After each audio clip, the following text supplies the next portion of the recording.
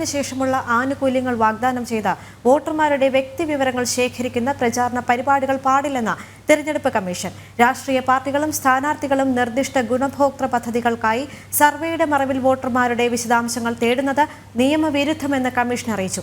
തെരഞ്ഞെടുപ്പിന് ശേഷം ഇത്തരത്തിൽ വോട്ടർമാരുടെ വ്യക്തിവിവരങ്ങൾ ശേഖരിക്കുന്ന ഗ്യാരണ്ടി കാർഡ് കോൺഗ്രസ് പുറത്തിറക്കിയിരുന്നു. വിവരങ്ങളുമായി വീണ്ടും ജിഷ്ണു തന്നെ ചേരുകയാണ്. ജിഷ്ണു, വീണ്ടും കോൺഗ്രസിന് തിരിച്ചടികൾ ഉണ്ടാവുന്ന സാഹചര്യം തന്നെയല്ലേ കാണാൻ സാധിക്കുന്നത്?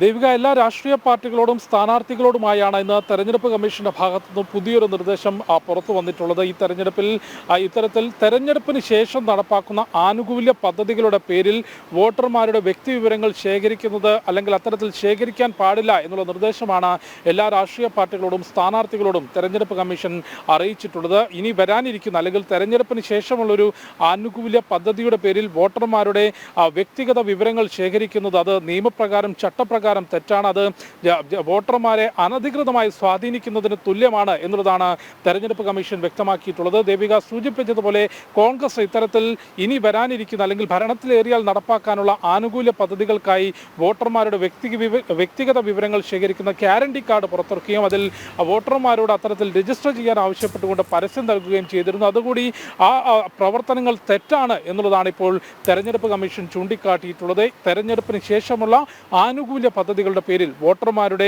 വ്യക്തിഗത വിവരങ്ങൾ ശേഖരിക്കുന്നത് അത് ജനപ്രാതിനിധ്യ നിയമപ്രകാരം ചട്ടങ്ങൾക്ക് വിരുദ്ധമാണ് എന്നുള്ളതാണ് കമ്മീഷൻ ചൂണ്ടിക്കാട്ടിയത്. ദേവിക, വ്യക്തമാണ്. ഡൽഹിയിൽ നിന്ന് സമഗ്രമായ റിപ്പോർട്ടുകൾ നൽകുകയായിരുന്നു ജിഷ്ണു കൃഷ്ണൻ.